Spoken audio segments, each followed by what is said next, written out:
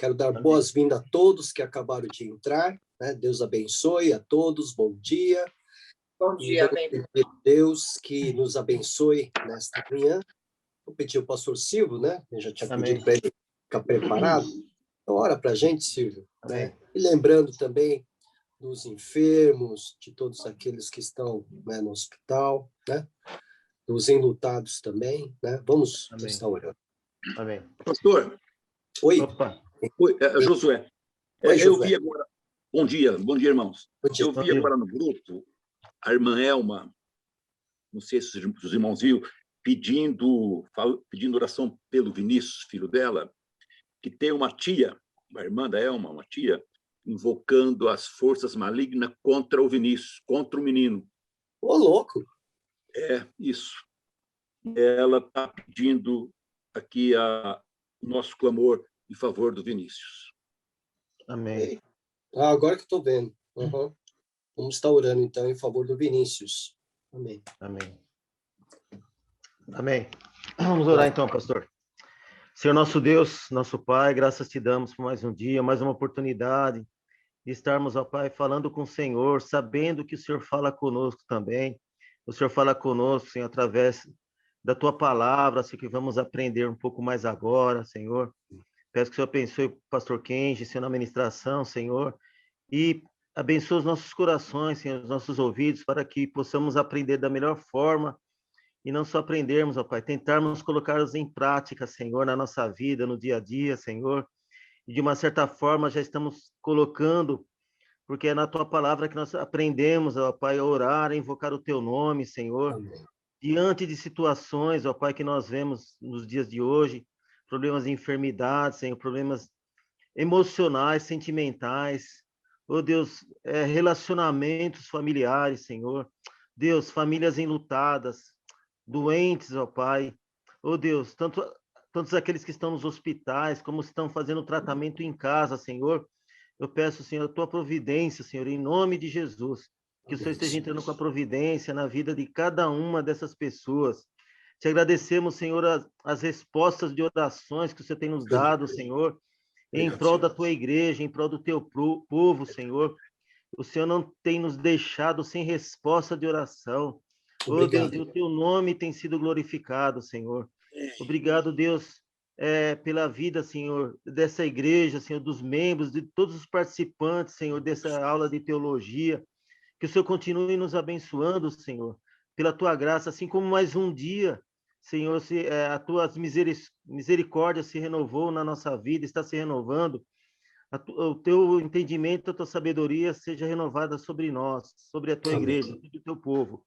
Pedimos, ó Pai, agora pelo Vinícius, ó Pai, ó Deus, tudo aquilo que tem se levantado contra a vida desse jovem, Senhor, da família da Elma, Senhor, do William, Senhor, em nome de Jesus, Senhor, seja quebrada ou destruída, em nome de Jesus, toda armadilha do inimigo seja destruída, Senhor, porque nós vemos nesses dias, guerras espirituais, Senhor, invocações, ó Pai, de demônios, mas em nome de Jesus, ó Pai, nós estamos invocando o teu nome, Jesus. Maior é o que está em nós do que o que está no mundo. Por isso, o Senhor nos dá a vitória através da tua graça, do teu amor, e nada nos separa do teu amor. Obrigado por tudo. Pedimos que o Senhor continue conosco nessa aula, no dia de hoje. Os cultos de amanhã, Senhor, também sejam abençoados para muitas pessoas. Te agradecemos por tudo, em nome de Jesus. Amém. Amém, Jesus. Amém, Pai. Amém. Muito obrigado, pastor. Então, nós estamos dando uma introdução aos livros do Antigo Testamento, apenas dando um panorama, né? É uma introdução básica mesmo, apenas dando um panorama, uma ideia geral do livro que consideramos a cada aula, né? Então, nós consideramos na aula passada, né, os livros chamados históricos, de Josué a Esther, né? Já tínhamos considerado o Pentateuco, né, a Torá, os 5 primeiros livros, apresentando basicamente a estrutura, o esboço de cada livro, e hoje nós vamos dar introdução aos livros chamados poéticos e sapienciais, ou de sabedoria, né? Os livros de poesia e de sabedoria, a poesia em Israel já há algum tempo já tinha ensinado, né, falado sobre eles. A poesia em Israel não tem rima, tá? Não tem rima. A poesia hebraica ela é muito peculiar, porque ela tem ritmo.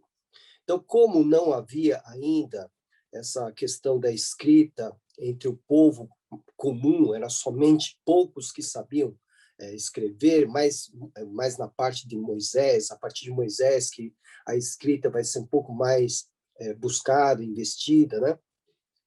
Antes era tudo por tradição oral. Então, era passado de pai para filho. Então, a poesia foi utilizada para facilitar a memorização. E na facilitação da memorização, eles se utilizaram do ritmo, né? Porque o ritmo ajudava a guardar, né, aquilo que precisava ser memorizado. Então, eu já dei até um exemplo em outras ocasiões, né? Por exemplo, quando ia passar de um pai para o filho, a história do Gênesis, por exemplo, capítulo 1, né? Aquilo lá está em poesia, em ritmo, né? Está tudo combinando com o número 7 e também era tipo cantado, vamos assim, declamado com ritmo. Algo assim, parecido como pá, pá, pá, pá, pá, pá, pá, pá, pá, pá. Então, eles guardavam o ritmo e guardavam também a narrativa, aquilo que precisava ser memorizado. Então, essa característica da poesia hebraica. Tá? E nesses próximos livros, de Jó a Cântico dos Cânticos, também nós vamos encontrar um outro gênero literário, que são os livros de sabedoria. Isso nós vamos encontrar em Jó, nós vamos encontrar em Provérbios, com toda certeza, em Eclesiastes, né? E em alguns momentos aqui ou ali em Salmos, mas vai ter esse gênero também literário chamado de sapiencial ou de sabedoria.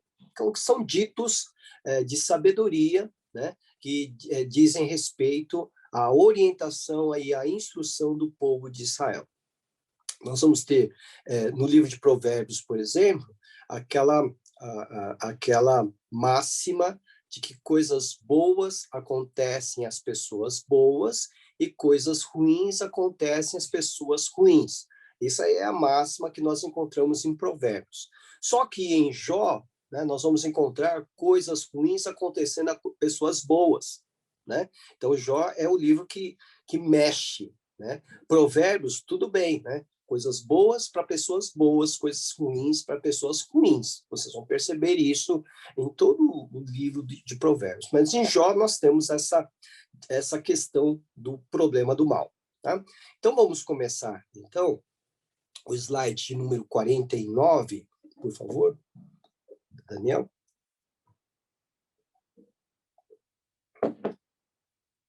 Um instantinho só. Daqui a pouco a gente já vai começar a apresentar, então, os nossos slides. Então, introdução ao livro de Jó, né?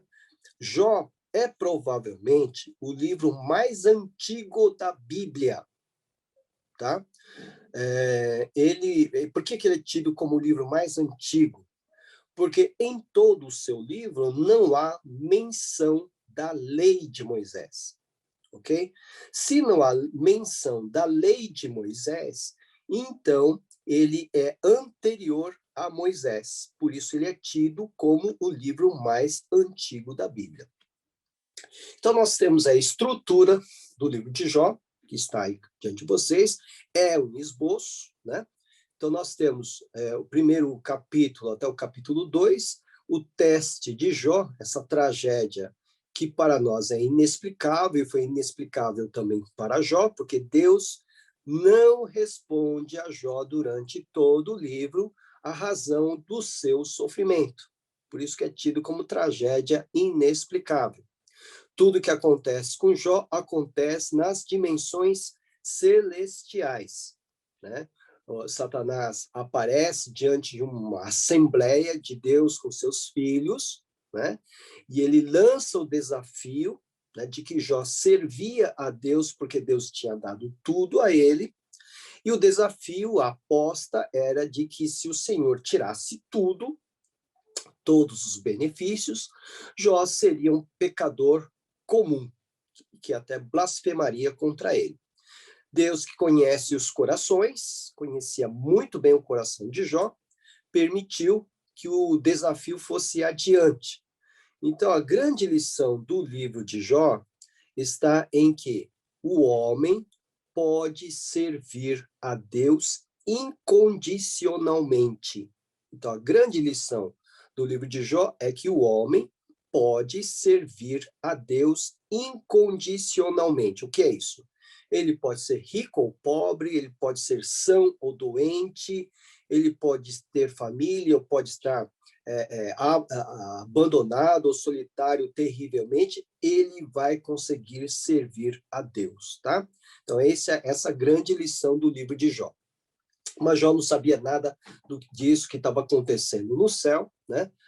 Nas regiões celestiais, e ele é surpreendido pelas perdas. Perda de todos os seus bens, ele vai à falência da noite para o dia, perda de todos os seus 10 filhos de forma trágica e perda depois da sua própria saúde física, tá? E aí, então, o segundo bloco é a busca de Jó por respostas, né? E aí aparecem os seus 3 amigos, né? Que vão, entre aspas, ajudá-lo a buscar essas respostas, o porquê da sua tragédia. Então, vai do capítulo 2 ao capítulo 37.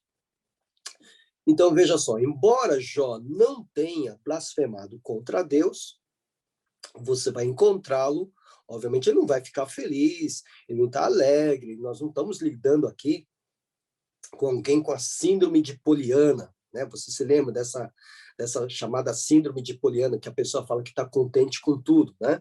Nós vamos encontrar alguém de carne, osso, pele, né? Que está sofrendo, né? Sua esposa está sofrendo, ele está sofrendo, está todo mundo sofrendo. Então, nesse capítulo 3, de 1 a 26, ele amaldiçoou o dia do seu nascimento, né? Maldito o dia em que nasci, né? Depois, seus amigos se reúnem a ele. No primeiro período, eles vão ficar em silêncio, vão ouvir toda a lamentação de Jó, né? E aí, então, começam, entre aspas, a defender Deus na tragédia de Jó, tá certo?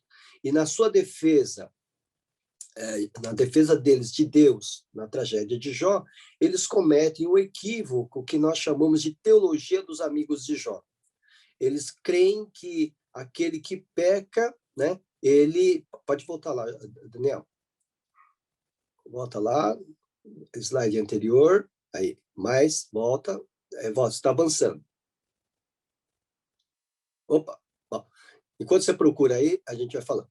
Então, assim, 49, tá? É o 49. Então, os seus amigos, então, eles começam a, entre aspas, defender Deus diante das lamentações de Jó, das reclamações de Jó, né? Então, você está avançando. Então, aí.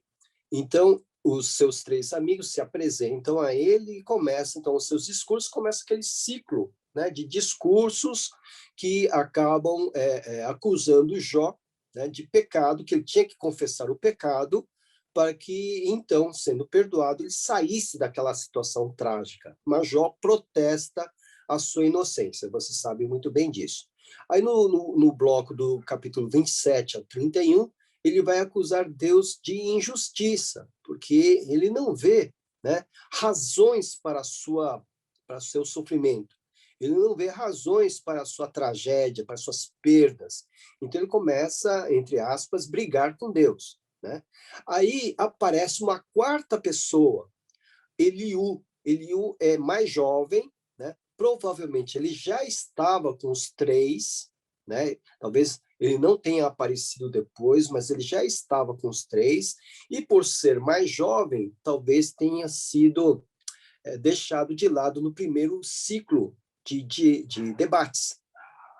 Quando ele aparece com o seu discurso, ele repete os argumentos dos outros amigos de uma forma um pouco mais detalhada, mas ao final ninguém dá bola para ele, né? É como se, por ser jovem, né, ele não teria sido ouvido na sua fala. Porque imediatamente no capítulo 38, nós já temos a aparição de Deus a Jó, né? Deus aparece a Jó em meio ao redemoinho, e lá então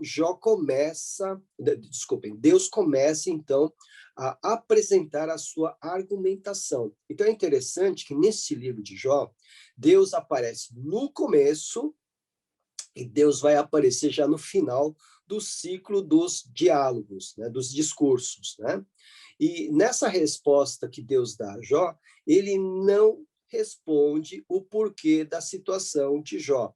Deus vai apenas apresentar a Jó o seu poder onipotente, o seu poder criador, de modo tal que, ao final da fala de Deus a Jó, Jó vai se arrepender, né? Ele não vai nem questionar, tá bom, Deus, o Senhor é criador, é onipotente e tal, mas e eu? O que eu tenho a ver com isso? O que a minha história tem a ver com isso? O que meus filhos têm a ver com isso?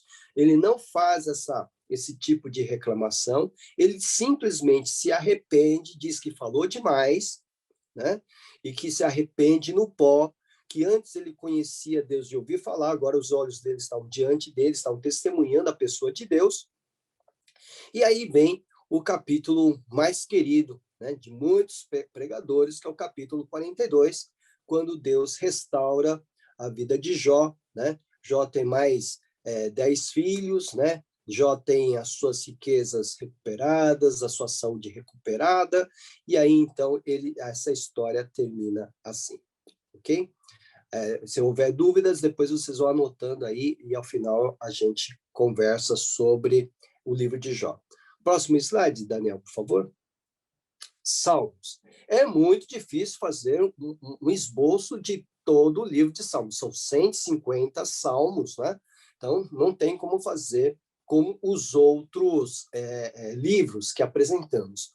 Mas o livro de Salmos, ele é dividido em 5 livros. Vocês sabem que cada salmo é uma obra completa. Então, é errado você dizer Salmo capítulo 1, Salmo capítulo 2, porque não são capítulos. Cada salmo é uma obra completa em si. Então, se eu falo Salmo 42, é porque é o Salmo 42, não é Salmo capítulo 42, tá? Cada salmo é uma obra completa em si. Então, tendo em vista isso, os judeus dividiram, né, o livro de Salmos, também chamado de Saltério, em 5 livros, né, que são assim compostos. O livro de número 1, do Salmo 1 ao 41, 2, do 42 ao 72, 3, de 73 ao 89, o quarto livro, do 90 ao 106, e o último, do 107 ao 150. Alguns dizem que eles separaram em 5 livros para que tenha uma correspondência com os 5 livros da lei, tá? E é interessante isso, porque você vai encontrar algo parecido com o Evangelho de Mateus, onde nós encontramos em Mateus 5 grandes discursos de Jesus. Então, parece que tem alguma relação aí. Então, o livro de Salmos está aí dividido em livros. E como é que eu sei que está dividido em livros? Então, quando você chegar lá no Salmo 41, né, eu vou ler na Nova Almeida Atualizada, né, o Salmo 41, né, no último versículo está assim: Bendito seja o Senhor, Deus de Israel, de eternidade a eternidade. Amém e amém. Tá? E aí, algumas versões devem ter em seguida, livro 2. Tá certo? Então, veja só como termina o primeiro livro. Amém e amém. Vamos lá no segundo livro, Salmo 72. Vamos lá no último versículo do Salmo 72. Na minha versão, vai estar assim: Aqui terminam as orações de Davi, filho de Jessé. Ponto. Né? E aí deve estar livro de número 3, início do livro de número 3. Tá? No livro de número 3, vamos lá no Salmo 89. Salmo 89. Bendito seja o Senhor, versículo 32, último versículo, né? Seja o Senhor para sempre. Amém e amém. Salmo 89. E em seguida, livro de número 4. Tá? Então, é assim que está sendo dividido ou classificado o livro de Salmos, né? Ele é subdividido, então, em 5 livros, tá bom?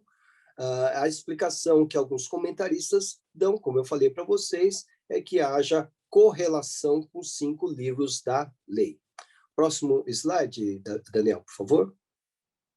Pois bem, então, há vários autores, né, de Salmos, do livro de Salmos. Então, por exemplo, Davi, aí tem uma correspondência aí de 73 salmos, né?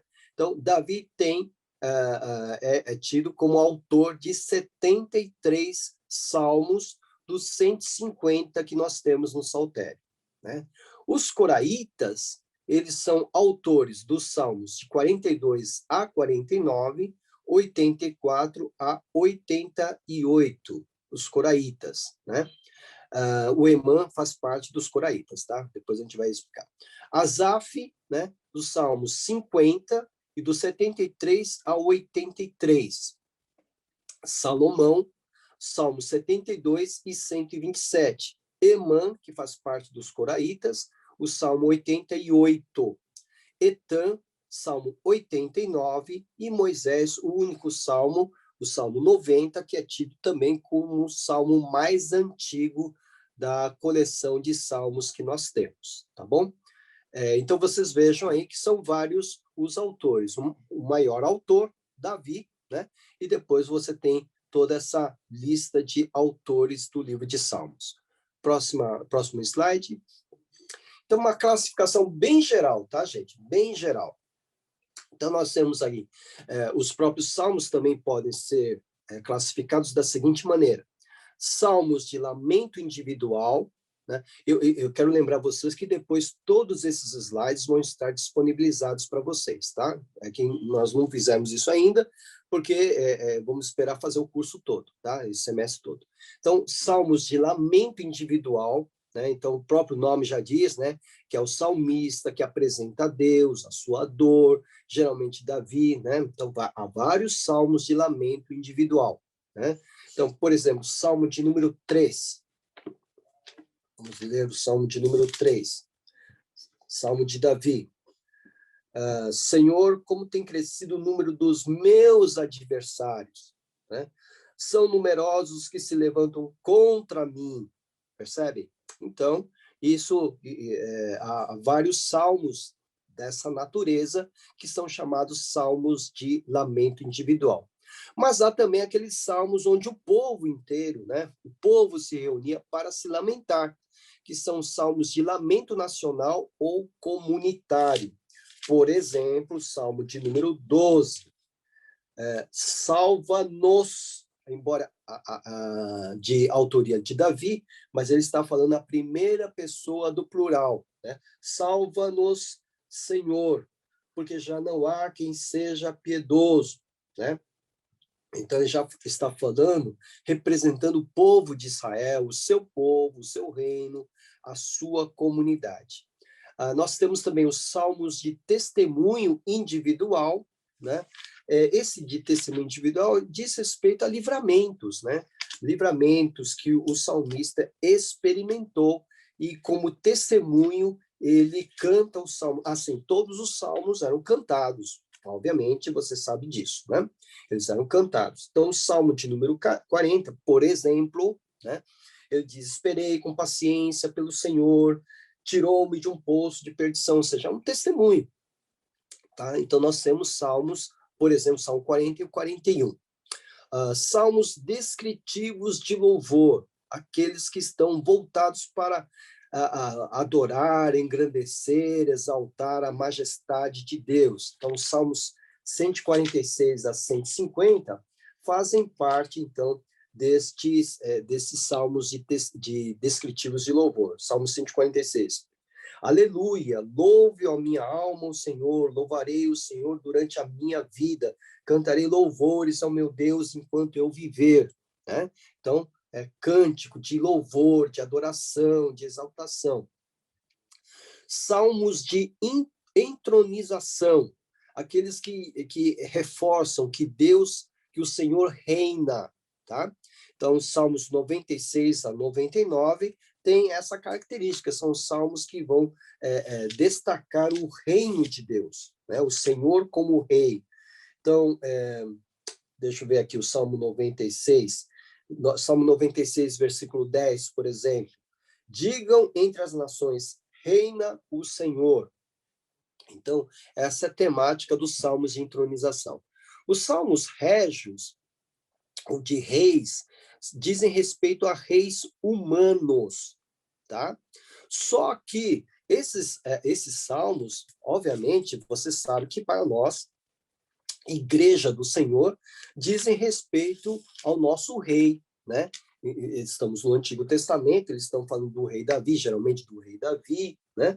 E é o próprio Davi que vai ser o autor do Salmo de número 20 e 21, mas aponta para o nosso grande rei. Embora sejam salmos voltados para os reis humanos, apontam para o grande rei, né? Por exemplo, Salmo 20. Que o Senhor lhe responda no dia da tribulação, que o nome do Deus de Jacó o proteja. Uma oração ao rei, tá? É Davi que é o compositor, mas é um salmo que diz respeito à oração ao rei humano, no caso, ele mesmo. Cânticos de Sião, que são chamados também os cânticos de peregrinação, os salmos de peregrinação, que eram aqueles salmos cantados pelo povo peregrino, que quando saíam das suas aldeias, das suas casas, e iam na direção de Jerusalém para as grandes festas e reuniões, eles estariam cantando esses salmos durante a sua jornada. Então, a maior coleção desses salmos de cânticos de Sião é do 120 ao 134, né? Aqui na nossa versão que eu tenho, tá como cântico de peregrinação, tá? Ou cântico dos degraus também, porque dizem que quando chegavam em Jerusalém, para entrar em Jerusalém, havia ali a grande escadaria, né?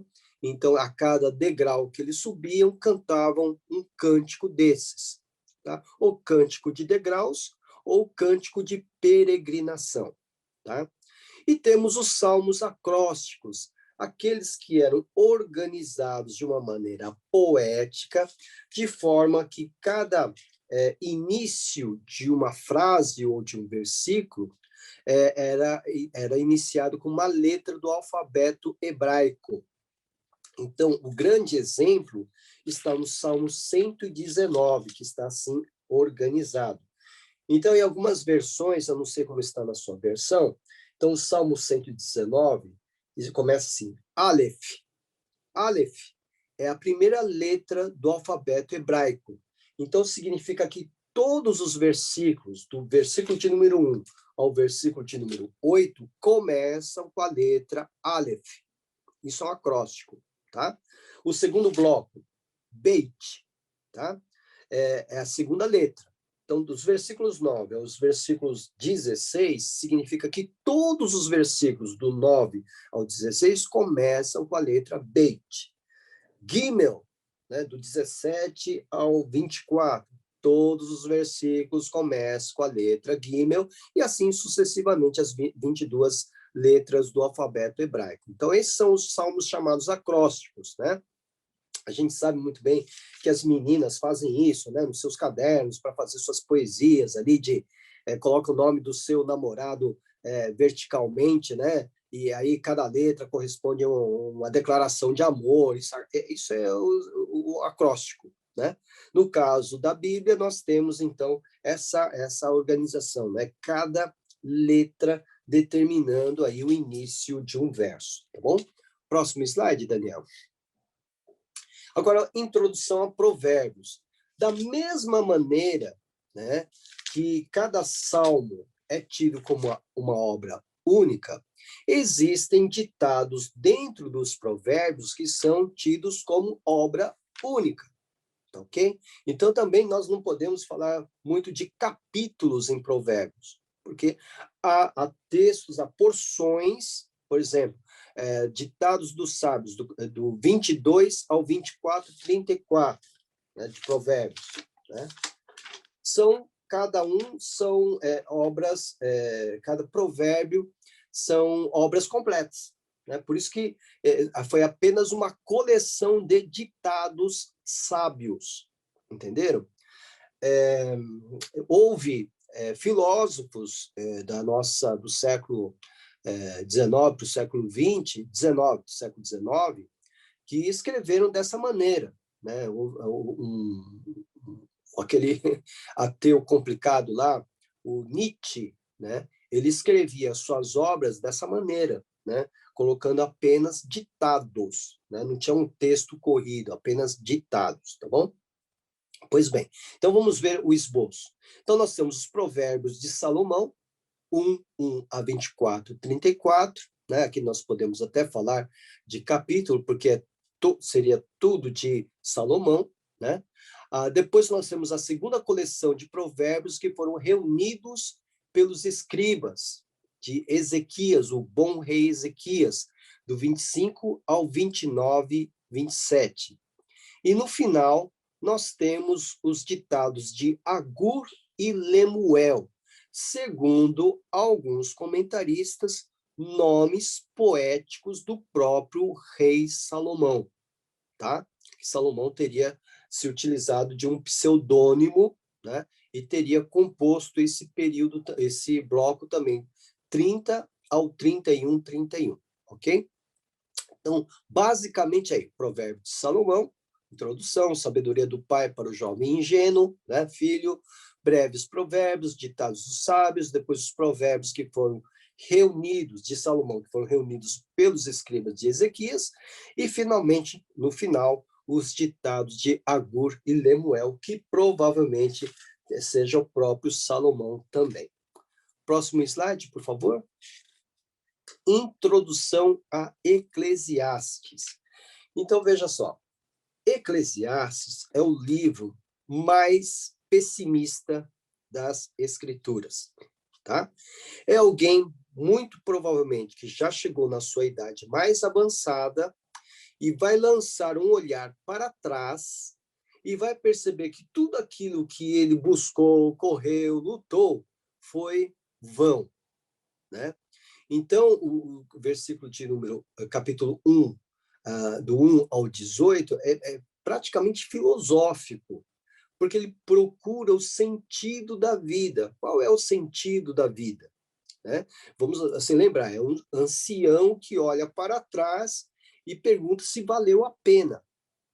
O livro de Eclesiastes deveria ser lido por aqueles que estão correndo desesperadamente atrás de dinheiro, de poder, de prazer, achando que essas coisas dão sentido para a vida. O autor de Eclesiastes, ele vai dizer o seguinte: olha, eu corri atrás de tudo isso e não valeu a pena. Tá?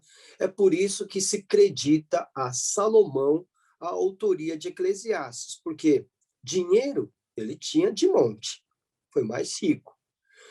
Poder, ele era rei. Prazer, ele tinha um harém de 1000 mulheres. Né? Então ele pode dizer, olha, eu busquei todas essas coisas, consegui todas essas coisas, e no final eu concluo que tudo é vão. Ou seja, tudo desvanece, não permanece. Por isso que ele fala a respeito da futilidade do prazer e do trabalho pesado. Né? Ele vai concluir, inclusive, que tudo, né, acaba num destino comum. Tanto o pobre quanto o rico vão para o mesmo lugar. Né? Capítulo 2, de 1 a 26. Ele diz que Deus estabelece ordem e propósito no mundo, capítulo 3, de 1 a 22, mas há exceções. Né? Quais são as exceções que quebram essa ordem, que quebram esse propósito de Deus no mundo. A opressão, tudo diz respeito ao homem, né? A opressão dos poderosos sobre os menos favorecidos, a riqueza acumulada de forma injusta, que traz sofrimento também aos pobres. E vamos nos lembrar que ele era um rei, né? E que ele mesmo, né, para ter a sua riqueza, a sua majestade sendo sustentada, ele mesmo impôs pesados tributos ao seu próprio povo. Isso a gente viu quando da divisão dos reinos, né? Quando Roboão, seu filho, assumiu o lugar e o povo então exigiu que houvesse mais justiça nessa situação e ele se recusou e o reino de Israel foi dividido, tá? Depois nós temos aqui um trecho de sabedoria, né, do capítulo 6 ao capítulo 8. Depois ele vai enfatizar mais uma vez o destino comum a todos, né, capítulo 9. Vai mais uma vez destacar que a sabedoria é melhor, embora ela também possa ser questionada, capítulo 9 ao 11. E, finalmente, ele vai concluir o seu livro, né, no capítulo de número 12, que vai tratar, então, da velhice, né? E é muito interessante que no capítulo 12, ele fala de uma forma bem poética sobre a velhice, né? Ele diz: lembre-se do dia do seu Criador nos dias da sua mocidade, antes que venham os dias maus e cheguem os anos em que você dirá: não tenho neles prazer. Alguém já está na velhice, né? Lembre-se do Criador antes que se escureçam o sol, a lua e as estrelas, e as nuvens voltem depois da chuva. Aqui diz respeito à visão. O velho, o ancião, começa a perder, né, a sua visão. Então, escurecem o sol, a lua, né? Lembre-se dele antes do dia em que tremerem os guardas da casa. Os guardas da casa, ele tá fazendo uma referência aos dentes, né? Aos nossos dentes. Então, quando eles estiverem começando a tremer e cair, né? Os seus braços se encurvarem, os homens que no passado eram fortes, as suas pernas e cessarem os moedores da sua boca, mais uma vez uma referência aos dentes, por já serem poucos, e se escurecerem os que olham pelas janelas, mais uma referência aos olhos, né?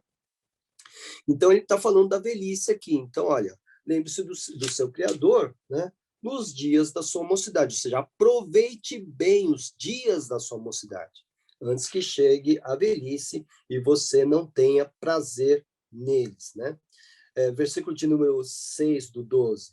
Lembre-se do seu Criador antes que se rompa o fio de prata. Olha só que interessante, né? Há um entendimento que aquilo que liga a nossa alma ao corpo, ao nosso corpo, é um fio de prata, né? Testemunhado por muitos que viram esse fio se romper quando da morte de alguém. Claro, numa visão espiritual, né?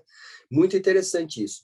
E ele diz: e se despedace o copo de ouro, e se quebre o cântaro junto à fonte. Ele está falando da morte, né? Então, ele fecha, então, o seu livro falando sobre a morte, né? Pois bem, o próximo slide, por favor. E aí a gente entra no Cântico dos Cânticos, um livro chamado Cântico dos Cânticos, tá? Então, olha só, é um casamento aqui. Então, você tem aqui um cortejo, né? O noivo e seus amigos, a noiva e suas amigas. Nós temos o casamento propriamente dito. Depois nós temos a lua de mel.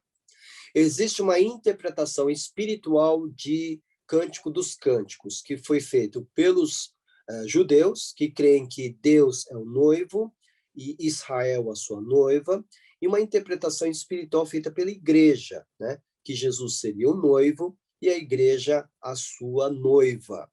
No entanto, o livro do Cântico dos Cânticos é um livro que diz respeito ao casamento, né, de um homem e uma mulher, obviamente, né, é abençoado por Deus. Então, fala de um relacionamento, sim, entre homem e mulher, né, e esse relacionamento abençoado pelo Senhor. Então, alguns diziam que este livro não deveria estar nas Escrituras. Outros dizem que é um livro muito, vamos assim dizer, especial, que o mais jovem, os menos preparados, não podiam ler, tá? Porque a interpretação era um grande desafio, a interpretação do texto de Cântico dos Cânticos, tá? Nós temos aqui, né, a descrição mesma de ato sexual, de relacionamento sexual. Tá? Está nesse bloco do capítulo 3 ao capítulo 5. Existem, né, relatos sobre a intimidade do casal. Daí o constrangimento de alguns, né, enfim, de considerá-lo dentro da coleção sagrada de livros da Bíblia. Mas não há problema nenhum, porque a vida de um casal faz parte, sim, né, da vontade de Deus em abençoá-los. E Salomão e sua noiva, né, no caso aqui é Salomão e sua noiva, estão aí na alegria, né, de estar confirmando os laços nupciais. Pois bem, então por isso que alguns dizem que Cântico dos Cânticos foi escrito por Salomão na sua juventude, tá? E que Provérbios teria sido escrito por Salomão na sua meia-idade. E Eclesiastes teria sido escrito por Salomão na sua velhice. Tá? Se isso for de fato, né, então nós podemos entender que, de alguma maneira, embora Salomão tenha se perdido com suas mulheres, né, nós conhecemos a história dele, né, no final do seu reinado, ele tenha tido um arrependimento ao final, quando a gente lê Eclesiastes, tá? Porque deve ter sido um velho bem triste de ter percebido o que acabou de, no final da sua vida, o que ele acabou de fazer, né? E manchando todo o seu reinado por causa da idolatria. Mas voltando aqui ao texto de Cântico dos Cânticos, nós encontramos, portanto, o relato em forma poética de um casamento abençoado pelo Senhor Deus, né? Então, é isso, né? Então, você pode interpretar espiritualmente que Salomão representa Jesus e a noiva, a Sulamita, representa a igreja? Pode, né? Mas o texto em si fala de um casamento, né? O judeu pode falar que o Salomão é Deus e a noiva é Israel? Pode, mas o texto vai falar de casamento entre um homem e uma mulher que são abençoados por Deus. E vocês vão perceber que o casamento na antiguidade era um ato civil. Não havia presença de um sacerdote, não havia presença de ninguém que estivesse ali oficiando, celebrando o casamento, né? O casamento ele era arranjado, né? Os pais que combinavam o casamento de seus filhos, e o cortejo, né, dizia a respeito, o noivo ficava na sua própria casa, a noiva ficava na sua própria casa, e aí no dia do casamento eles iam em cortejo, o noivo com seus amigos e a noiva com suas amigas, na direção da casa escolhida, ou seria a casa onde eles iriam morar, ou a casa onde haveria de ser a festa, não importa. Eles iam em cortejo e se encontrariam lá. E ali, então, né, faria-se o encontro e o casamento, tá certo? E aí, depois, o casal era deixado na sua intimidade, e no dia seguinte, né, o noivo tinha que apresentar o lençol, né, manchado de sangue, né, obviamente, para provar que sua noiva, era virgem. Tá? Então, basicamente, esse era o ritual. ok? Então, era um arranjo entre os pais, né? Vocês percebem que não há a presença de um sacerdote, né? Isso vai ocorrer depois, né? Já na história da igreja, já entrando aí na Idade Média, né? Na Alta Idade Média, né? Os casamentos eram realizados antigamente, quando começam a construção dos templos, né? Quando é permitido pelo Império Romano a construção de templos cristãos, os primeiros casamentos eles eram realizados nas escadarias, tá? Não eram feitos no interior dos templos. Foi só depois é que eles acabaram entrando nos templos, tá? Mas antes os casamentos eram realizados nas escadarias dos templos, tá? Bom, e aí então, aí fica a tradicional figura, a presença do sacerdote, que vai então oficiar, celebrar e abençoar o casamento. Como você sabe, na Idade Média, né, a igreja predominante é a apostólica romana, né, e eles terão então na sua teologia, né, a visão sacramental do casamento. Então, o casamento seria uma das maneiras de você ser agraciado por Deus, tá? Por isso, a necessidade de ser realizado, celebrado por um sacerdote. Por isso que, para eles, né, a separação, o divórcio, tal, é uma quebra de sacramento, né? E aí, então, eles não podem mais, o divorciado não pode mais participar dos outros sacramentos, tá? Porque ele quebrou o sacramento do casamento. Então, o divorciado, aquele que se casou novamente, não pode tomar a Eucaristia, não pode receber a extrema unção, enfim, né? Por quê? Porque quebrou um sacramento que é o casamento, tá bom? Então, veja só a evolução como é interessante, de um ato civil, né, onde não há a presença de um sacerdote entre os hebreus, até os dias de hoje, né, onde a gente vê essa natureza de sacramentalidade do casamento. Mas antes era apenas uma festa entre o povo comum. Vejam, por exemplo, o primeiro milagre que Jesus ministrou em João capítulo 2, foi o primeiro milagre que ele faz publicamente, ele o faz em um casamento. Jesus está presente lá, mas só que ele já é um mestre, etc. Então, só que ele não é convidado para celebrar ou para oficiar o casamento, ele faz parte dos convidados. É somente na necessidade, né, na falta do vinho, que a mãe dele vai pedir ajuda. Mas, senão, ele estaria ali, né, no meio dos convidados, perdido lá no meio dos convidados. Vocês percebem? Essa era a natureza do casamento, né, na cultura hebraica. Pode tirar para mim os slides, por favor, Daniel? Então, vamos lá, as perguntas, né? Então, nós consideramos hoje as introduções de Jó, o livro de Jó, a Cântico dos Cânticos. Então, Jó, né? A grande lição de que o homem pode servir a Deus incondicionalmente, né? O livro de Salmos, que é subdividido em 5 livros, que é o Saltério, o livro de Cânticos, né, do povo de Israel. Todos os salmos eram cantados, do 1 ao 150, né? Salmos de louvor, de lamento, de exaltação ao rei, enfim.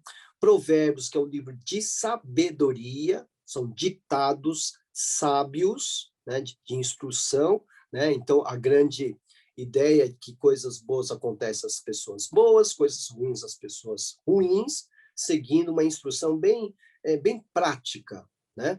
E aí nós temos o livro de Eclesiastes, que é o livro de um pessimista, vamos assim dizer, que olha buscando sentido para a vida e vê que o sentido não está nesta vida.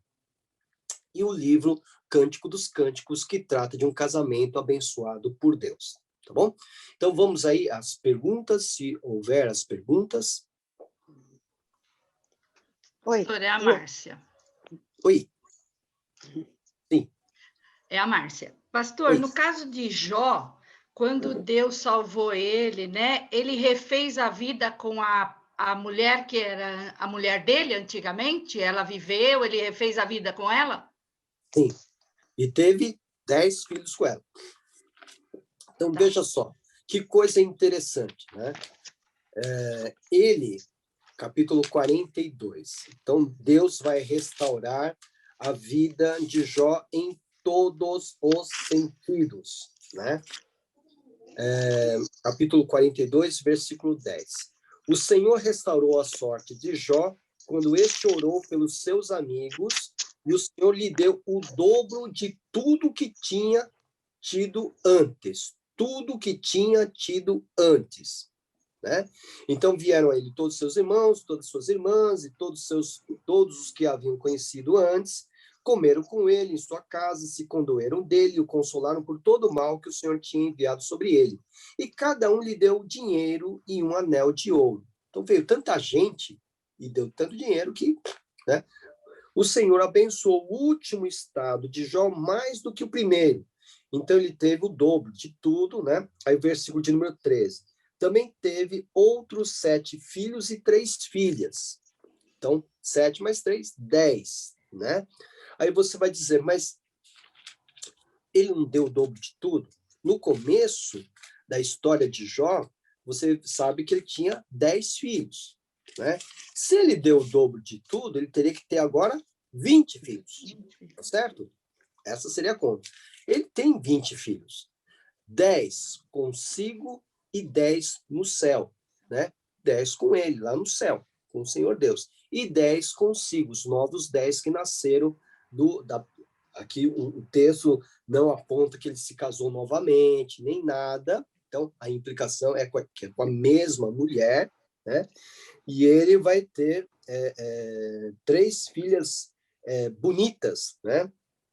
A primeira filha ele deu o nome de Gemima, a segunda Késia, a terceira Queren Rapuque. Em toda a terra não havia mulheres tão bonitas como as filhas de Jó, né? E ele fez uma coisa interessante com elas, um hábito que não existia na época, de dividir herança com as filhas. Só os homens recebiam herança. Tá? Então, elas recebem herança também. Tá? Então, é com a mesma mulher, né? Ele recebe o dobro de tudo, a sua restauração é duplicada, né? Inclusive com seus filhos, como expliquei. 10 na terra e 10 no céu. Tá bom? Tá bom. Pastor, agora outra pergunta. Com relação ao casamento, a gente sabe todas as regras que Deus colocou para isso, né? E quais seriam as permissões para o divórcio? Agora, hoje em dia, mesmo nós crentes, né? Quando acontece o divórcio, qual é a posição que a gente vê se não foi por um adultério ou coisas assim graves? Tá. Vamos deixar claro que o divórcio já era algo conhecido na época de Jesus, tá? O que Jesus fez foi, e Moisés também, na época de Moisés também, o que Moisés fez foi apenas regulamentar para que aquilo não fosse banalizado, tá? Então, quando Moisés pede carta de divórcio, foi exatamente para que regulamentasse e freasse, né, os processos de divórcio que ele tinha que julgar. Quando chegam a Jesus, né, e perguntam a Jesus a respeito do divórcio, então, na época de Jesus, o divórcio já era praticado, tá? E o recasamento também, tá? Então, capítulo 19 de Mateus. Então, o que eles queriam saber a respeito de Jesus? Que escola de rabis que Jesus abraçava no que diz respeito à questão do divórcio? Havia uma escola entre os rabis que dizia o seguinte, porque na lei diz o seguinte, olha, se você encontrar algo, a tradução literal é algo feio na sua mulher, você pode pedir carta de divórcio. Então, a grande briga era interpretar o que era esse algo feio, tá? Para poder entender o que é que podia motivar legitimar o divórcio. Então, alguns diziam, né, havia uma escola rabínica que dizia que algo feio era qualquer coisa, né? Então, vamos dizer que o Rogério volte para casa e encontre a Gláucia, que acabou de queimar o arroz. Coisa feia, divórcio. Entendeu? Coisa feia, divórcio. Então tinha um pessoal que estava atrás disso, porque qualquer coisa que contrariasse o marido podia ser classificado como coisa feia. Mas existia uma outra escola que dizia o seguinte: coisa feia só na área da imoralidade sexual. Só nessa área, impureza sexual. Se encontrasse alguma coisa, como adultério, prostituição, etc. e tal, então era motivo certo para pedir o divórcio. Então eles queriam saber de Jesus qual era a posição dele, né? Então, quando Jesus acabou de... Mateus 19. Quando Jesus acabou de proferir essas palavras, deixou a Galileia, foi para o território da Judéia, além do Jordão. Grandes multidões o seguiram e ele as curou ali. Alguns fariseus, óbvio, se aproximaram de Jesus e, testando-o, perguntaram: é lícito ao homem repudiar a sua mulher por qualquer motivo? Repudiar aqui entenda-se divorciar. Por qualquer motivo. Então já está dizendo, né, já está falando de uma escola. Jesus respondeu: vocês não leram que o Criador, desde o princípio, os fez homem e mulher? Né? Então, havia um casal só. Então, Deus não fez Adão, Eva, Mariazinha, Joaquina, tal, não. Ele só fez Adão e Eva. Né? Os fez homem e mulher, diz, por isso o homem deixará o seu pai e sua mãe e se unirá à sua mulher, tornando-se os dois uma só carne, de modo que já não são mais dois, porém uma só carne. Portanto, que ninguém separe o que Deus ajuntou. É uma referência a Cântico dos Cânticos, né? Os fariseus perguntaram: então por que Moisés ordenou dar uma carta de divórcio e repudiar a mulher? Jesus respondeu: foi por causa da dureza do coração de vocês, que estavam bagunçando já, que já estavam liberando geral, né? Que Moisés permitiu que vocês repudiassem a mulher. Mas não foi assim desde o princípio. Eu, porém, lhes digo: quem repudiar a sua mulher, não sendo por causa de relações sexuais ilícitas, aí é que está a questão, né? E casar com outra, comete adultério. Os discípulos de Jesus disseram: se é esta a situação do homem em relação à mulher, não convém casar, melhor ficar solteiro, que a gente não fica, né, correndo esse risco, né? Mas Jesus não está aqui dizendo: olha, você nunca, não haverá nunca jamais a possibilidade de divórcio. Né? Ele está aqui dizendo que no princípio de tudo, o modelo original era um homem e uma mulher para sempre. Esse era o modelo antes da queda. Antes da queda. Né? E vamos nos lembrar também que o trato de Jesus para com aqueles que tinham dificuldades, né, nessa área, como, por exemplo, a mulher samaritana, em João capítulo 4, aí você percebe como é que ele vai cuidar de alguém divorciado e recasado, né? Porque na Igreja Católica, o divorciado não pode mais participar dos sacramentos, da Eucaristia, não pode, né? Jesus vai lidar com uma mulher samaritana, né? Vai oferecer a água da vida para ela, né? E no versículo de número, quando ele diz assim, capítulo 4, versículo 16. Jesus disse: vá, chame o seu marido e volte aqui. Ao que a mulher respondeu: não tenho marido. Então Jesus disse: você tem razão ao dizer que não tem marido, porque já teve 5. Ela já teve 5 maridos. 5, né? E esse agora que tem não é seu marido. O que você disse é verdade. Então, ela é uma mulher que já havia se casado 5 vezes, né? Havia se divorciado 5 vezes, e a 6ª vez, né, era um test drive. Não era oficial. tá? E ele vai oferecer a essa mulher a água da vida. Então, veja, a questão não está no estado civil da pessoa. É o que eu falo.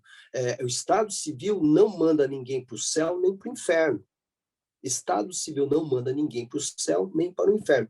Mas o plano original de Deus, no que diz respeito ao casamento, era o homem se unir à sua mulher, se tornar uma só carne para sempre. Claro que debaixo da égide, do poder do pecado, nós corremos riscos dessa situação, né? de divórcio, de recasamento.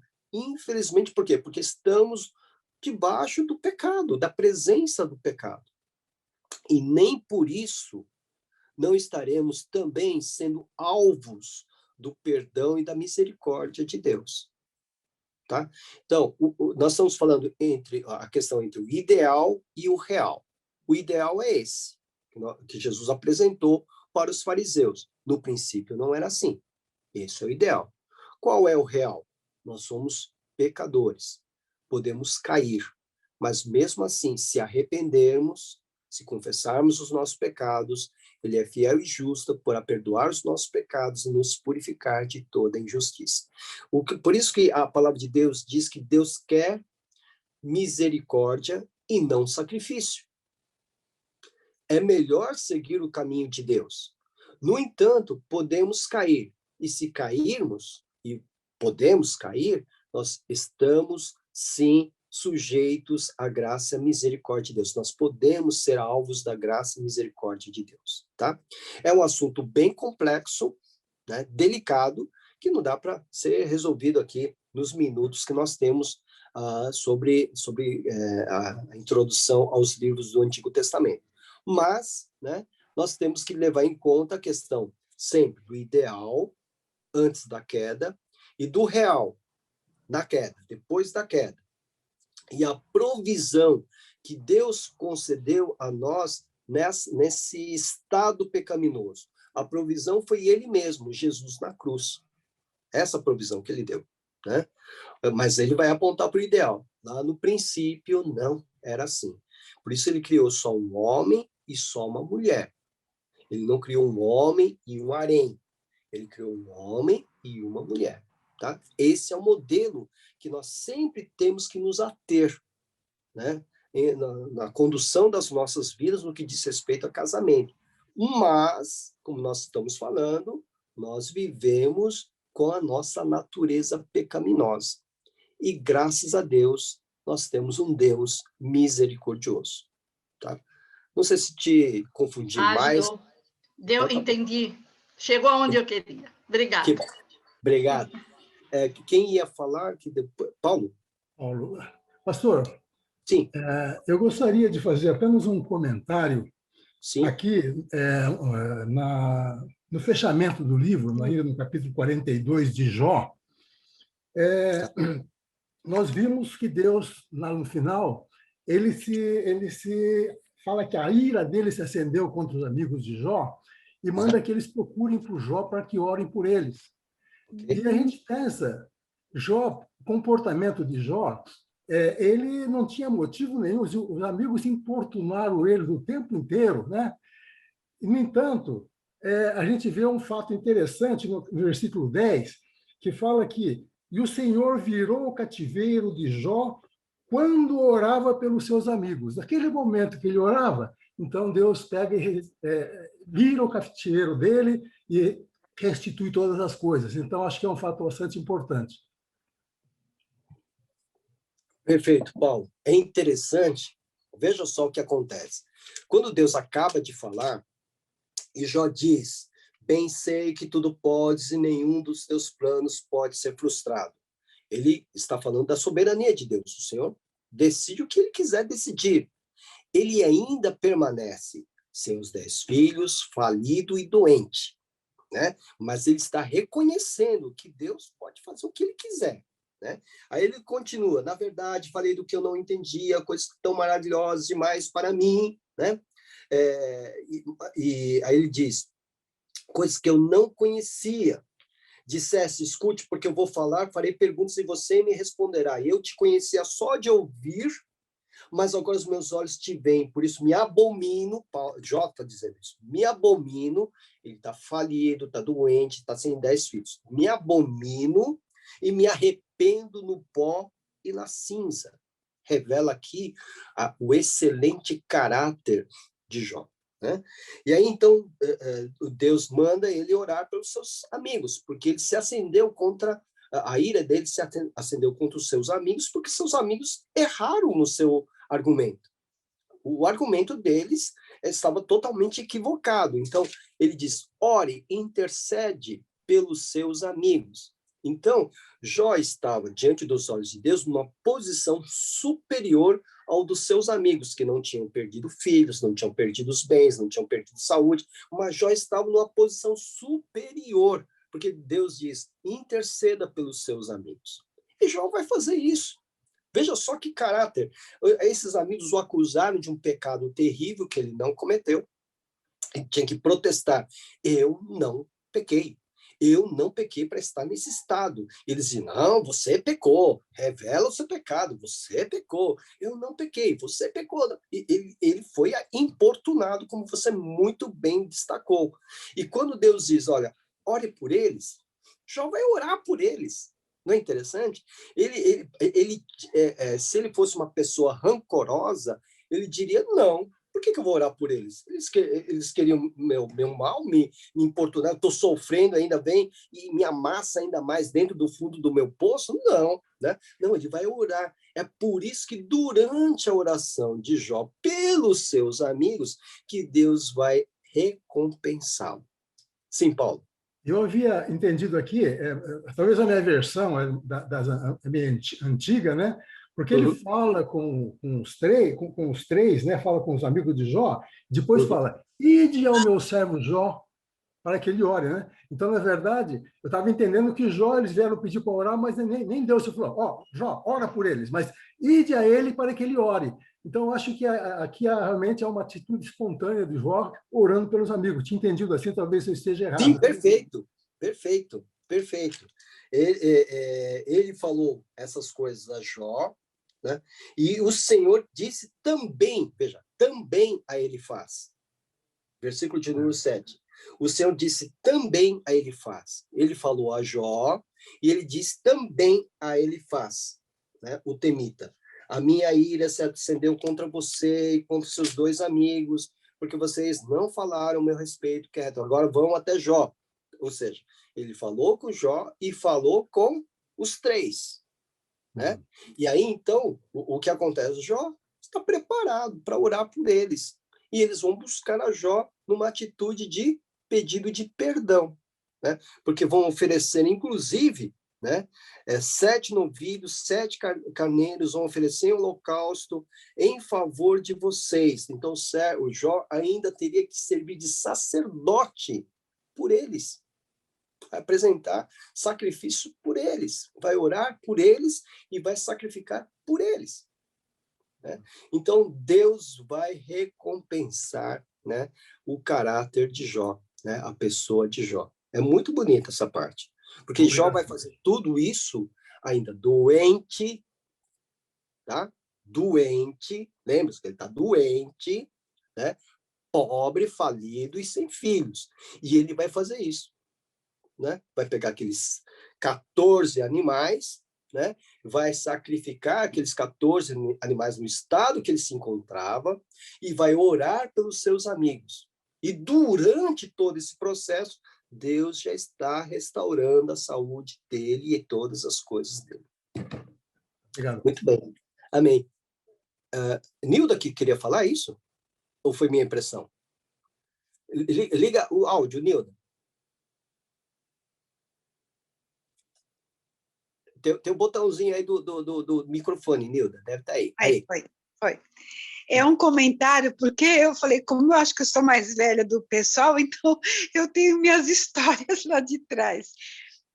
A primeira vez que eu li sobre o casamento e o divórcio, eu fiquei assim muito impactada, porque na minha adolescência você não podia ter amizade com uma pessoa que a mãe era desquitada, não se ouvia falar nem em divórcio, que dirá, né, era só desquite e era um horror. Então eu tinha na minha mente aquilo, né? Porque você é adolescente, você não tem, eu não estudava a Bíblia, não vou mentir. E aí eu me lembro que casos na minha família acontecia de a pessoa não pedir o desquite, porque senão elas eram excluídas da igreja. E aí, quando eu me deparei lendo isso aqui, eu falei, Senhor, né? Porque cada vez que você lê alguma coisa, você fala assim, como é que pode a Bíblia ser tão atual, né? Eu me emociono por causa disso, porque eu falo assim, olha, agora há pouco você falou da lavagem dos degraus, e eu sempre, quando eu vi aquela lavagem do Bonfim, eu falo, nossa, que engraçado, né? Por isso que eles falam que Deus é um só também, né? Misturando os assuntos, porque eles vão pegando pedacinhos da Bíblia e cada religião vai interpretando a sua forma, seu modo, né? Cada denominação, vamos dizer assim. E no caso do divórcio era assim, como eu cresci, apesar que minha mãe foi primeiro da Igreja Batista, depois ela foi para a Assembleia, e era uma doutrina muito fechada, né? Nossa, minha tia mudou de denominação porque o noivo dela pegou na mão dela, era noiva de aliança, e ela foi excluída da Assembleia de Deus. Né? E ela foi para a Cristã do Brasil. E Foi pior ainda. Foi pior, porque você vê, e morreu na Cristã do Brasil. E uma outra tia minha sofreu muito no casamento, e eu me lembro que eu falava para minha mãe assim, nossa, mãe, mas como que ela pode aguentar isso? E era para não ser excluída da igreja. Então, ela sofreu o casamento, amargou o casamento até o fim. Você vê que... Bom, sendo que está tão claro aqui, né? Você lendo assim, você fala, meu Deus, né? Que coisa! Eu fico... Só para corrigir, talvez eu tenha me expressado mal, né? O povo, quando saía das suas aldeias na direção de Jerusalém, né? E cantava um salmo de peregrinação a cada degrau que eles subiam, eles não lavavam os degraus, tá, gente? Eles não lavavam. Eles só subiam, né, e cantavam, subiam e cantavam, subiam e cantavam. Tá? Não lavava legal, tá bom? Mas foi uma interpretação aí do Nordeste, aí, enfim. Então, aí agora, eles dão a interpretação deles, né? É uma interpretação deles, tá? Mas em relação, né, eu lembro disso também, era uma época muito difícil, sim, quando não havia ainda a instituição do divórcio no Brasil, havia o desquite, né? A pessoa ainda permanecia casada perante a igreja, mas juridicamente existia essa situação de desquite. O homem desquitado, ele tinha assim uma aceitação melhor do que a mulher desquitada. O homem desquitado, inclusive, podia ter um novo relacionamento. A mulher desquitada não, ela era marginalizada, e os seus filhos não podiam ter a convivência com outros filhos e mulheres casadas. Isso eu me lembro muito bem, né? Que colegas, né, coleguinhas meus eram deixados de lado porque eram filhos de pais desquitados. Isso eu vi bastante. Mas o que eu quero destacar aqui, o plano ideal de Deus, né, o modelo de Deus, né, tem que ser aquele que Jesus apresentou no princípio. Esse é o modelo de Deus, esse é o ideal de Deus. E falamos também acerca do que acontece debaixo do pecado, né? Nós temos que ser alvos diários da misericórdia de Deus por causa da nossa natureza pecaminosa, por causa do nosso coração endurecido. Então, por exemplo, como pastor, né, eu não posso insistir em um casamento hoje quando há violência doméstica.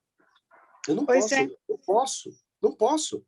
Como é? Porque se o cônjuge rela o dedo no seu cônjuge, é um processo que não para mais. Não para mais. A agressão física é o fundo do poço do desrespeito no casamento. Se começa com um empurrão, com apertar, né? Ou minha sogra fala de acalcar a cabeça, de carcar a cabeça, né? Se começa assim, né? É um processo que vai para o fundo do poço, porque você perde o respeito, né? Então, a agressão física é o fundo do poço. Alguém disse, mas a agressão verbal muitas vezes é pior do que a agressão física. É verdade, né? Mas a agressão física é o pior, né? É o pior, é a parte mais, vamos assim dizer, mais desumana, vamos assim dizer, porque não respeita do seu cônjuge. Então, como pastor hoje, até porque é crime, né? Violência doméstica é crime, né? Todo crime precisa ser denunciado a uma autoridade policial, né? Se eu estou com uma pessoa, né, que diz que todos os dias, né, leva uma sova do seu marido, né? Ou vice-versa. Ou vice-versa, né? A gente tem que fazer alguma coisa em relação à autoridade policial, porque é um crime, né? Mesmo contra a criança, vocês viram o que aconteceu com aquele menino lá do Rio de Janeiro, né? Então, tem que ser acionada, sim, a autoridade policial. Então, assim, há casos em que, infelizmente, por causa exatamente do pecado do coração endurecido, que nós vamos ter que considerar essa situação de divórcio, né? Eu atendi muitos anos atrás uma moça que ela apanhava, ninguém sabia, é igualzinho aquele psicopata do Rio de Janeiro que sabia onde bater no menino. Sim. Né? Exatamente a mesma coisa. Bate aqui no couro cabeludo, né? Porque aí não aparece, né? Então dá aqueles, né, no couro cabeludo. Então ele fazia isso com a sua esposa desde o dia da lua de mel.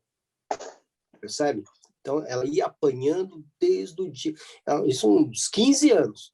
E ninguém sabia, era o casal perfeito, se tratavam assim e tal. No dia que ela não aguentou mais, ela foi na minha casa. Coisa assim estranha, na minha casa, né? Nem esperou eu marcar na igreja, foi na minha casa, em desespero, né? Porque aquele dia tinha passado da conta. E naquele dia ele tinha prometido que ela só sairia daquela casa, da casa dele, na horizontal. E ela acreditou. O que a gente ia fazer? Não, você tem que perdoar o seu marido, você tem que se submeter a ele, né? Você tem que aceitar os tapões que ele dá na sua cabeça, porque você se casou com ele, voto até o final do... né? Não, gente. Não. Como é que eu ia fazer isso? Muito pelo contrário, né? Foi muito pelo contrário. Nós trabalhamos para defender aquela vida e a vida do seu filho, o bebê que ficou com ele, né? Então, ela não podia pegar o filho dela porque estava com ele. Ela simplesmente saiu correndo. E mesmo porque o psicopata ele tem um perfil que ele consegue enganar muitas pessoas durante um tempo. Mas ele tem um perfil... Exatamente.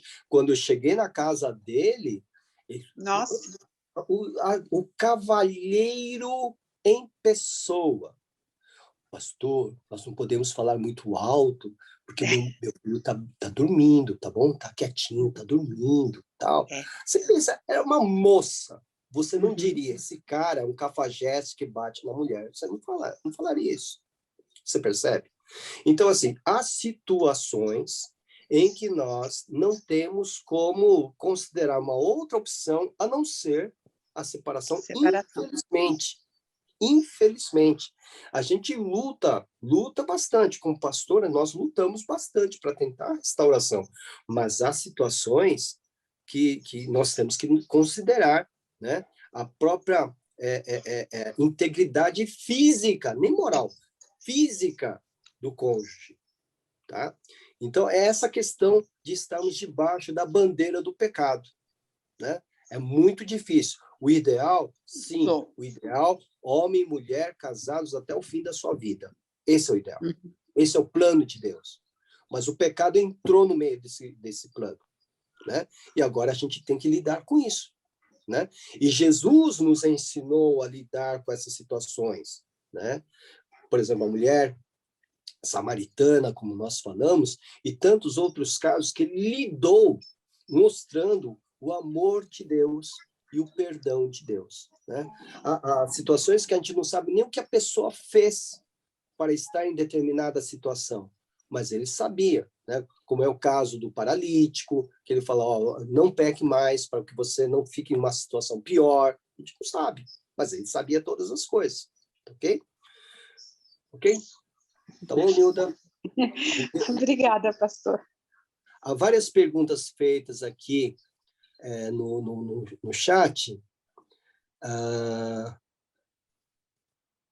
Pastor, a Simone pergunta, e quando se fala apenas em incompatibilidade de gênio?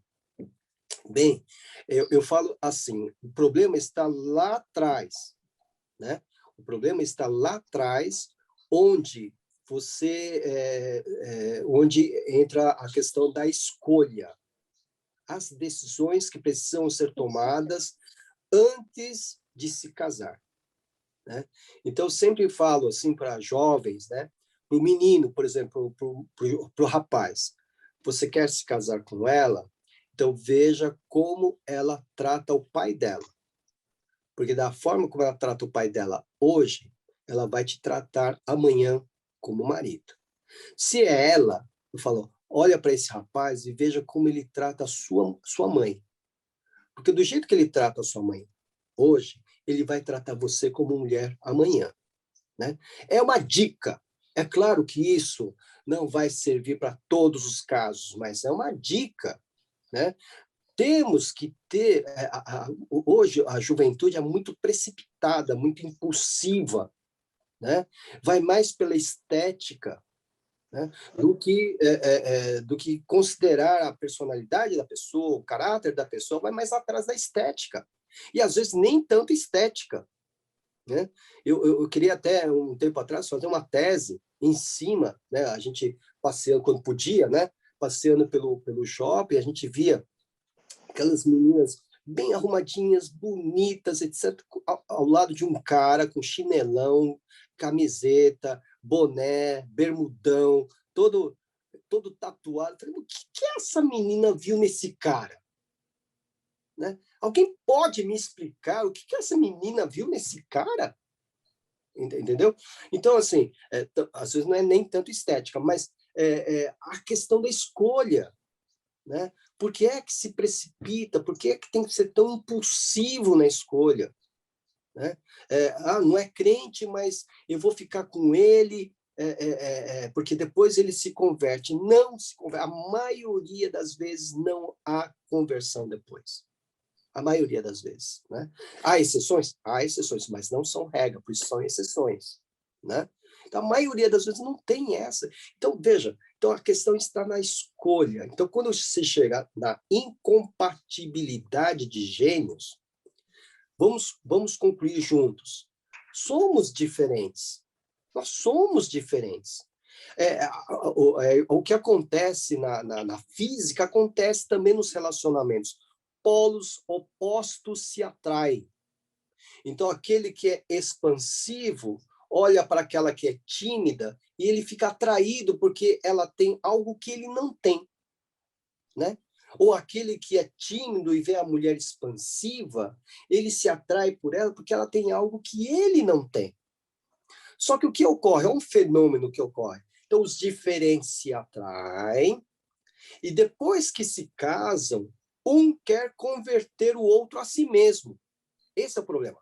Então, aquele que era tímido e se casou com a expansiva, porque ela é expansiva, tal, puxa, que legal, ela faz amizade com todo mundo, ela, né, tal. Aí, quando se casa com ela, ele quer que ela se torne tímida como ele. Ele já não aceita mais essa diferença.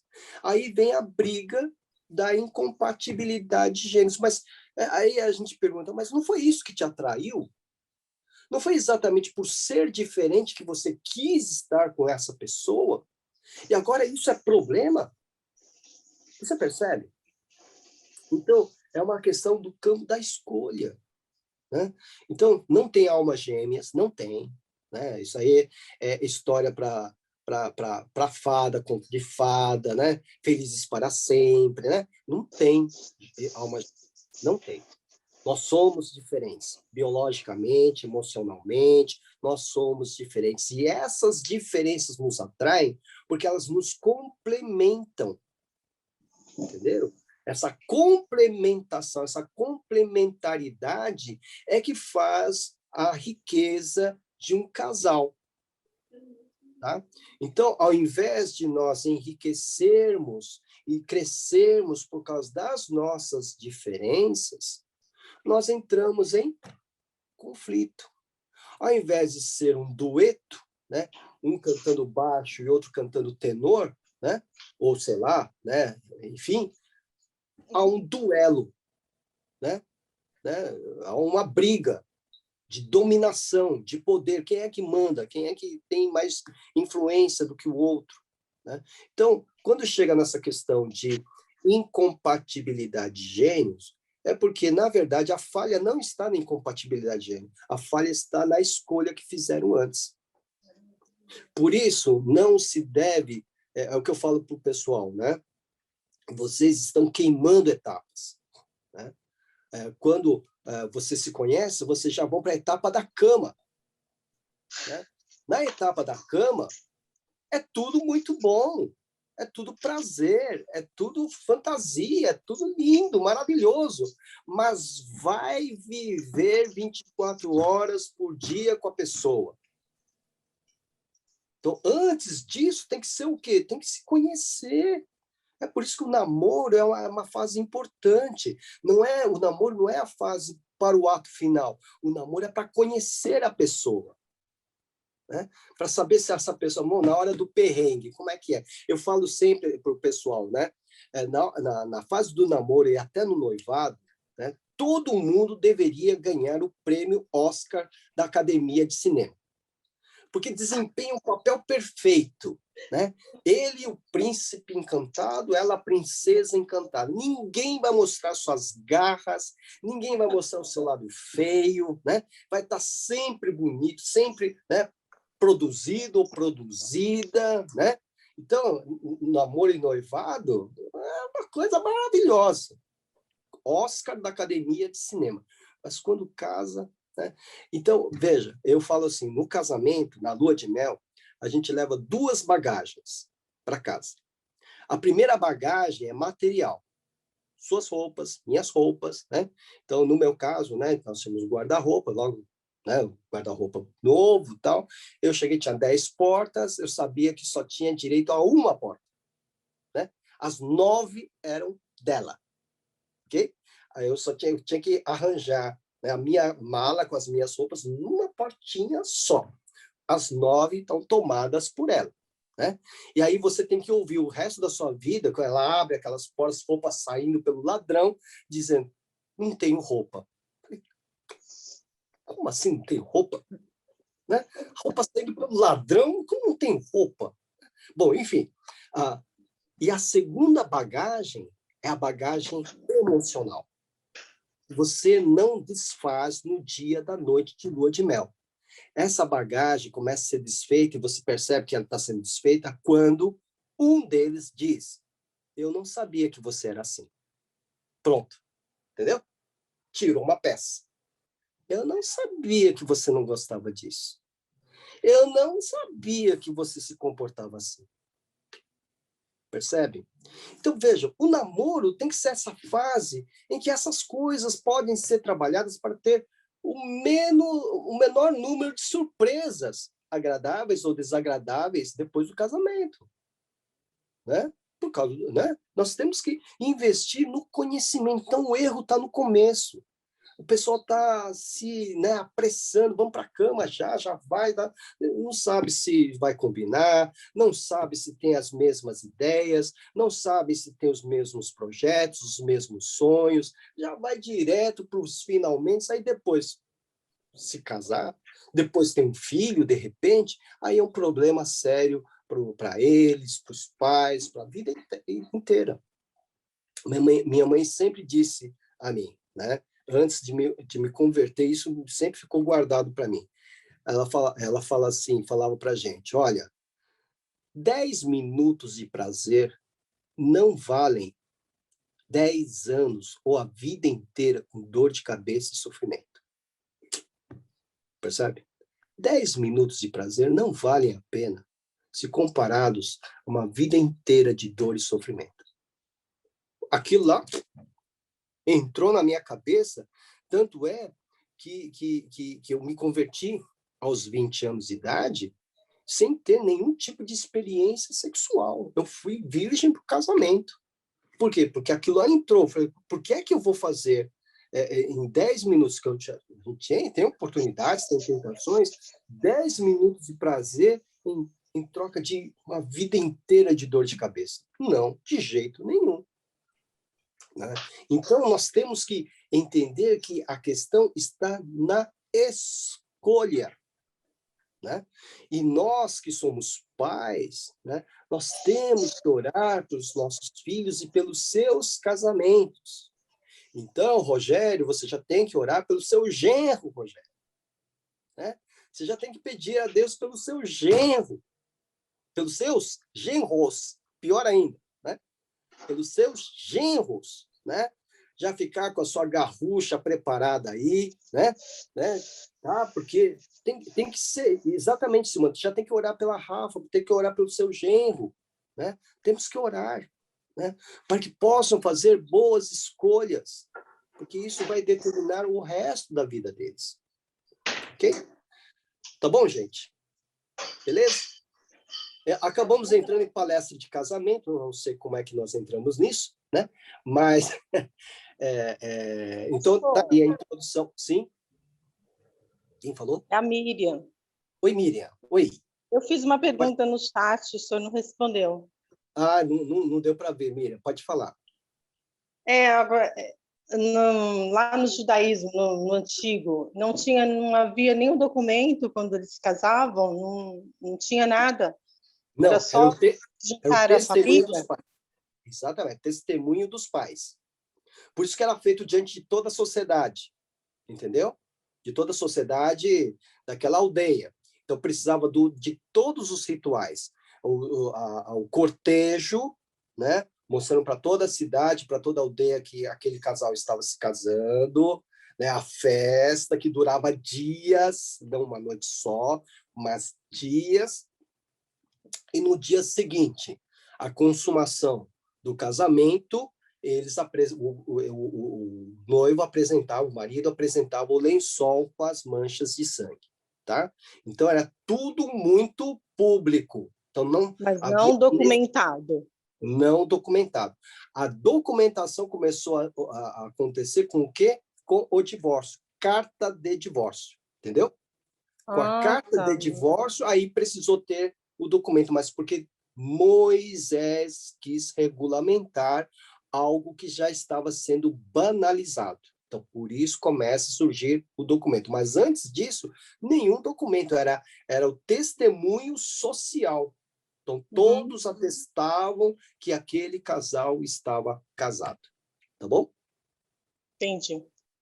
Ok? Obrigado, viu? Ok, obrigado, pastor. Tá bom, gente. Deus abençoe. Muito obrigado pela participação. Não se esqueçam do Nenex, né? Tá certo? Tempos difíceis, né? Não se esqueçam dele. E Deus abençoe a todos.